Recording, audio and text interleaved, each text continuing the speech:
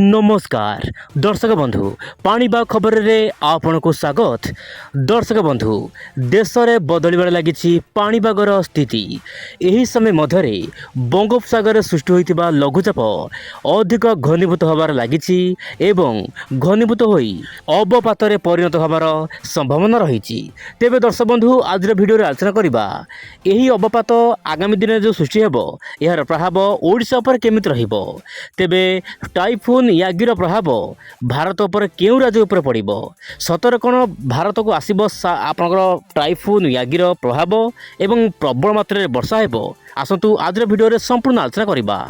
दर्शक बंधु पश्चिम केन्द्रीय बंगोपसागर में वर्तमान लघुचाप केन्द्र सक्रिय रही एवं यार प्रभाव में आज उपकूल ओडिशा सहित दक्षिण ओडिशा केतक अंचल मध्यम प्रबल वर्षा देखा मिली। तेबे गत 24 घंटा मध्य दक्षिण ओडिशा बेसिकाली अधिक वर्षा देखा मिली। मालकानगिरी जिलार मिथिली रे सर्वाधिक 82 मिलीमीटर वर्षा देखा मिली। ता सहित रायगड़ा जिले में 77 मिलीमीटर, सेहीपरी बरगढ़ में 76 मिलीमीटर, नवरंगपुर जिलार नंदहांडी रे प्राय 75 मिलीमीटर, ता सहित मालकानगिरी जिलार चित्रकुंडा रे 64 मिलीमीटर, सेहीपरी रायगड़ार खोलना रे प्राय 53 मिलीमीटर, ता सहित दर्शक बंधु कोरापुटर पटागिरे प्रबल वर्षा देखा मिली। यह सहित दर्शक बंधु आपणकर नुआपड़ा जिले में 50 मिलीमीटर, ता सहित नुआपड़ार कोमनारे आपणकर 50 मिलीमीटर, ता सहित पुरी जिले में पुरीर कृष्णप्रसाद रे प्राय 48 मिलीमीटर, बरगढ़, कोरापुट, गजपति, सुंदरगढ़ जिलार विभिन्न अंचल में मध्यम प्रबल वर्षा देखा मिली। तेज दर्शक बंधु 7 तारिख में केमिति रहबो पाणीपाग स्थिति, विशेषकर ओडिशा रे केमिति हेबो वर्षा आपण देखंतु। 7 तारिख राज्यर विभिन्न अंचल को येलो अलर्ट जारी करछि आंचलिक पाणीपाग विभाग। यही समय मध्य उपकूलवर्ती जिला सहित आभ्यंतरीण जिलागुड़िक प्रबल अति प्रबल वर्षा हेबो।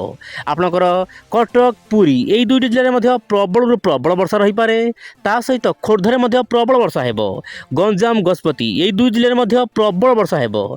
ता सहित आपणकर रायगड़ा, कोरापुट, मालकानगिरी, नवरंगपुर, ता सहित दर्शक बंधु आपणकर उत्तर ओडिशार विभिन्न जिले में मध्यम प्रबल वर्षा बा तुहाकु तुहा वर्षा होवर आशंका रही बोली 7 तारिख को यही सब जिला को येलो अलर्ट जारी करछि आंचलिक पाणीपाग विभाग। सेही पर दर्शक बंधु 8 तारिख में आपणकर मालकानगिरी, कोरापुट, ता सहित रायगड़ा, नवरंगपुर, ता सहित आपणकर जेमति रहुछि बरगढ़, संबलपुर, सोनपुर, ता सहित बौद्ध, एपटे जगतसिंहपुर, केन्द्रापड़ा, ता सहित आपणकर जाजपुर, ढेंकानाल, अनुगुल, खोर्धा, नयागढ़, पुरी यही सब जिला मानक मध्यम प्रबल वर्षा हेबो। मुझे दर्शक बंधु कही पूर्व भिडियो मानक 7, 8, 9 यही तारिख मानक ओडिशा विभिन्न अंचल में वर्षा हेबो।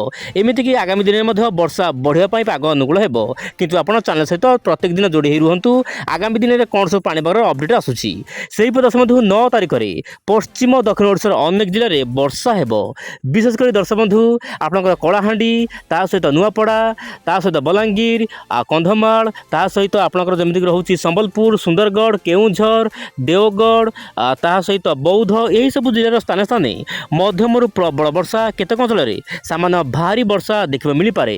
तेज दर्शक बंधु दुईटी जिला आपणकर संबलपुर एवं सुंदरगढ़ जिले में प्रबल अति प्रबल वर्षा हेबो। झारसुगुड़ा जिले में अति प्रबल वर्षा रही पारे 9 तारिख में। तेज दर्शक बंधु वर्तमान समय आप देखु सैटेलाइट इमेज रे वर्तमान साइक्लोन स्ट्रम बा आपणकर जो रहुछि टाइफून यागी प्रभाव में वर्तमान आपणकर चीन, वियतनाम रे भयंकर वर्षा पवन जारी रही। किंतु दर्शक बंधु मु आपनको कहीं कहूँ वियतनाम एवं चीन पाणीपाग खबर, कारण दर्शक बंधु आप मोबाइल स्क्रीन देखु, कारण यही साइक्लोन बा टाइफून जो यागी रही सीधा सड़क भारत आड़ को आसब। माने दर्शक बंधु आपणकर चीन दे सीधा सड़क म्यांमार दे भारतर बॉर्डर भितर प्रवेश करिबो, जेमिति आसाम, मणिपुर, गुवाहाटी, त्रिपुरा, ता सहित भारत भितर को प्रवेश करिबो। किंतु दर्शक बंधु किछि मॉडल आकलन करुछंती बंगोपसागर सृष्टि होइतिबा लघुचाप एवं टाइफून यागी सामान मिसी पारे।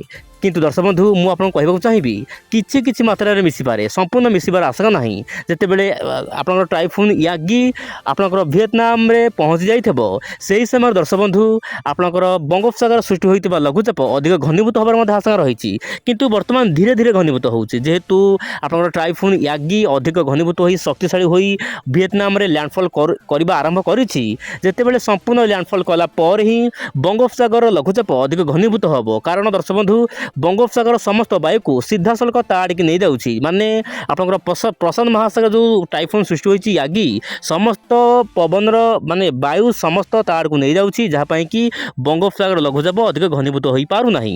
କିନ୍ତୁ ଦର୍ଶକ ବନ୍ଧୁ 8 ତାରିଖରୁ ଧୀରେ ଧୀରେ ଘନୀଭୂତର ପ୍ରକ୍ରିୟା ଆରମ୍ଭ ହେବ ବଙ୍ଗୋପସାଗର ଲଘୁଚାପ, ଏବଂ ଘନୀଭୂତ ହୋଇ ଆପଣଙ୍କର ପଶ୍ଚିମ ଉତ୍ତର ପଶ୍ଚିମ ଦିଗରେ ଗତି କରିବ। ଏହାର ପ୍ରଭାବରେ ଓଡ଼ିଶାରେ ପ୍ରବଳରୁ ଅତି ପ୍ରବଳ ବର୍ଷା ହେବ। 8, 9, 10 ଏମିତିକି ଆଗାମୀ ଦିନରେ ମଧ୍ୟ ବର୍ଷା ବଢ଼ିପାରେ।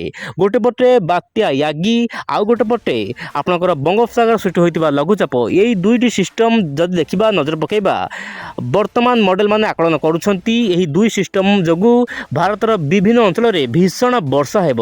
ତେବେ ବାତ୍ୟା ୟାଗିର ସିଧାସଳଖ ପ୍ରଭାବ ଭାରତ ଉପରେ ନ ପଡ଼ିଲେ ମଧ୍ୟ ଏହାର ରେମନାନ୍ସ ଆସିବ। ମାନେ ଦର୍ଶକ ବନ୍ଧୁ ଏହାର କିଛି ବାୟୁ ଆପଣଙ୍କର ବଙ୍ଗୋପସାଗରରେ ମିଶିବ ଏବଂ ବଙ୍ଗୋପସାଗର ଯେଉଁ ଲଘୁଚାପ ସୃଷ୍ଟି ହୋଇଛି ସାମାନ୍ୟ ଭାବରେ ମିଶିବ। ଯେତେବେଳେ ମିଶିବ ଏହାର ପ୍ରଭାବରେ ବର୍ଷା ବଢ଼ିବ। କିନ୍ତୁ ଦର୍ଶକ ବନ୍ଧୁ କେତେ ବର୍ଷା ହେବ ନା ପ୍ରବଳ ବର୍ଷା ହେବ, ବିଶେଷ କରି ଉପକୂଳ ଓଡ଼ିଶାରେ।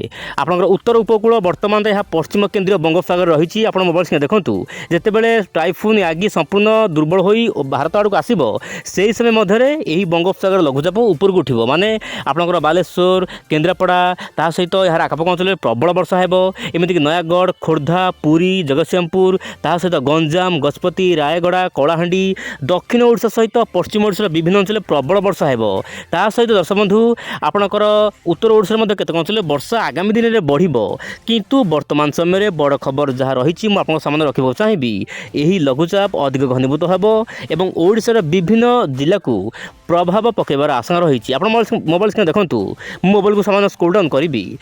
ବାତ୍ୟା ୟାଗି ଯେତେବେଳେ ଭିଏତନାମରେ ଲ୍ୟାଣ୍ଡଫଲ୍ କରିବ, ଧୀରେ ଧୀରେ ଏହା ଆଗକୁ ବଢ଼ିବ। ପ୍ରଥମେ ଏହା ଚୀନ ଉପର ଦେଇ ଚୀନର ଯେଉଁ ବିଭିନ୍ନ ରାଜ୍ୟ ରହିଛି ତାହା ଆଖପାଖ ଅଞ୍ଚଳକୁ ବା ପାହାଡ଼ିଆ ଅଞ୍ଚଳ ରହୁଛି, ସେସବୁ ପାହାଡ଼ିଆ ଅଞ୍ଚଳକୁ କାଟି ସିଧାସଳଖ ଭାରତର ପାଦଦେଶରେ ଏହା ଛୁଇଁବ। ବିଶେଷ କରି ଆପଣଙ୍କର ମିଆଁମାର ପାଖାପାଖି ରହୁଛି ସବୁ ଆସାମ, ଗୌହାଟୀ, ମଣିପୁର, ଏହିସବୁ ରାଜ୍ୟକୁ ପ୍ରବେଶ କରିବ। ତାପରେ ଆପଣଙ୍କର ଲ୍ୟାଣ୍ଡରେ ଗୋଟିଏ ଲଘୁଚାପ ସୃଷ୍ଟି ହେବ। ମାନେ ଦର୍ଶକ ବନ୍ଧୁ ଯେଉଁ ବାୟୁ ଆସିଥିବ ଆପଣଙ୍କର ପ୍ରଶାନ୍ତ ମହାସାଗରରୁ, ତାହା ଆପଣଙ୍କର ପଶ୍ଚାତ ମହାସାଗର ଯେଉଁ ବାୟୁ ଆସିଥିବ ସିଧାସଳଖ ଆପଣଙ୍କର ସ୍ଥଳଭାଗ, ବିଶେଷ କରି ଝାଡ଼ଖଣ୍ଡ ଏବଂ ବିହାର ପାଖରେ ଗୋଟିଏ ଲଘୁଚାପ କେନ୍ଦ୍ର ସୃଷ୍ଟି ହେବ। ତାପରେ ଦର୍ଶକ ବନ୍ଧୁ ଏହାର ପ୍ରଭାବରେ ଛତିଶଗଡ଼, ଝାଡ଼ଖଣ୍ଡ, ଉତ୍ତରପ୍ରଦେଶ ପର୍ଯ୍ୟନ୍ତ ପ୍ରବଳରୁ ଅତି ପ୍ରବଳ ବର୍ଷା ହେବ। ତେବେ ଦର୍ଶକ ବନ୍ଧୁ ଏହି ଖବର ଉପରେ ୱିଣ୍ଡ ୱେଦର ନିଶ୍ଚୟ ଉପରେ ନଜର ରହିବ। ତେବେ ଦର୍ଶକ ବନ୍ଧୁ ଭିଡ଼ିଓ ଶେଷ କରିବା ପୂର୍ବରୁ ଆପଣ କିଛି ଚିତ୍ର ଦେଖନ୍ତୁ, ଯାହାକି ନଜର ଆସିଛି ଚୀନରେ ପ୍ରବଳ କ୍ଷୟକ୍ଷତି ଘଟାଇଛି ଆପଣଙ୍କର ଟାଇଫୁନ୍ ବା ସୁପର ଟାଇଫୁନ୍ ୟାଗି। ତେବେ ଆଜି ପାଇଁ ଏତିକି, ପୁଣି ଦେଖାବା ଆସନ୍ତାକାଲି ଆଉ ଏକ ନୂଆ ଅପଡେଟ୍ରେ। ନମସ୍କାର, ଜୟ ଜଗନ୍ନାଥ ଦର୍ଶକ ବନ୍ଧୁ।